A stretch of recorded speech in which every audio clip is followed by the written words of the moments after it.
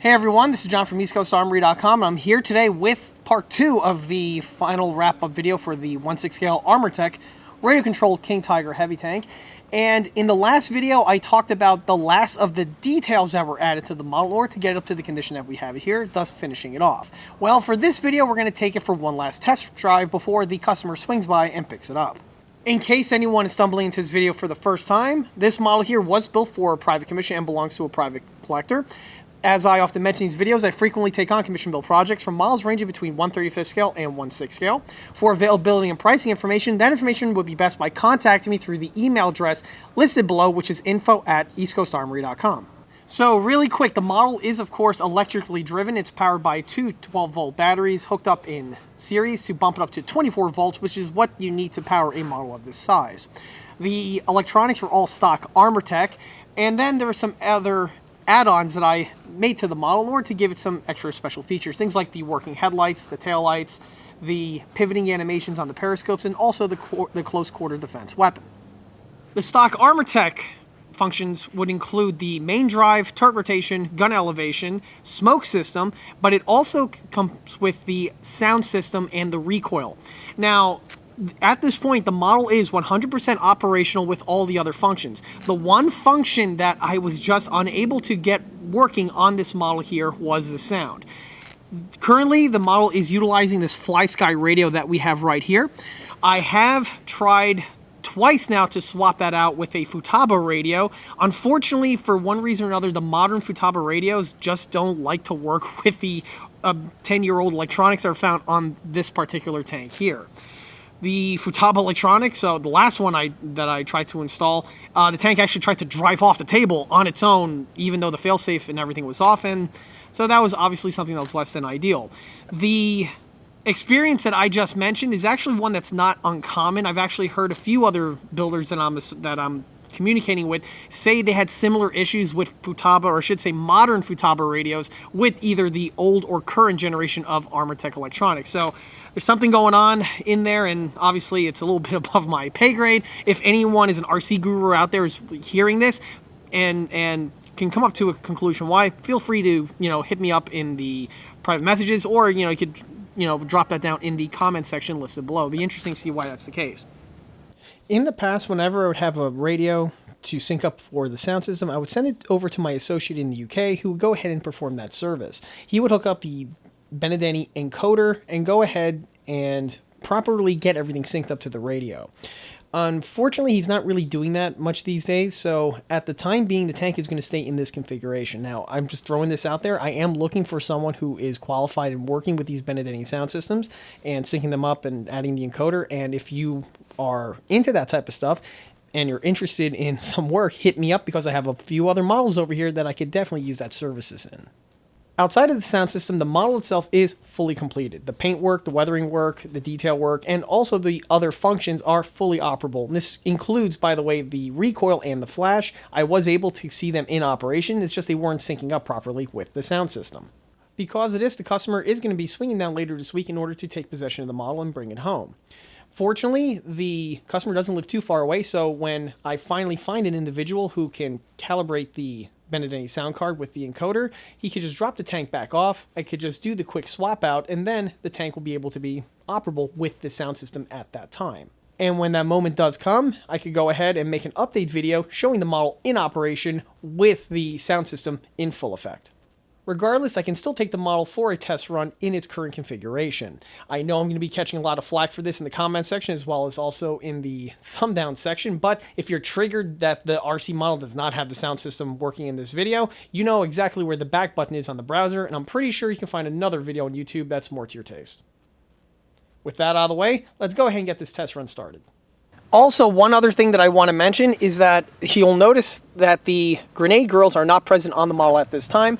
The grills were removed upon request by the customer, who he really dug the covers, but he also really wanted just to see the exposed grill work like you see here, which is not a problem. One thing that's great about the design that I have here is that it's modular, so just removing some screws, the piece just pops right off without any problems. And if he, for whatever reason, wants to reinstall them to the build, that can easily be done without any sort of issues. Okay, so the first thing we're going to do is turn the radio on. Okay, make sure the sticks are nice and neutral so the tank doesn't want to just drive off on its own. Turn the tank on. And let's start driving it.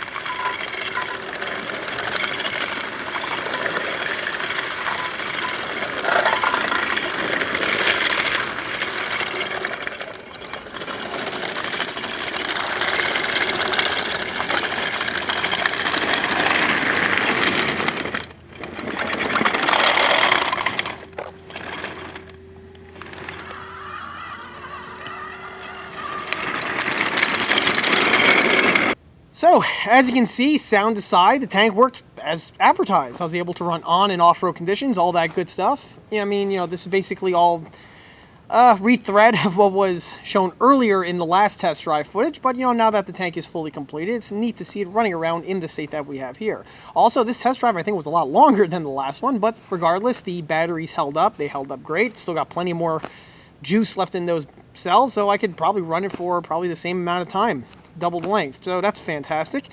Nothing really much more to do except for get it back onto the lift, get some spare tracks boxed up, as well as some touch-up paints, and just wait for the client to arrive to pick up his new beauty.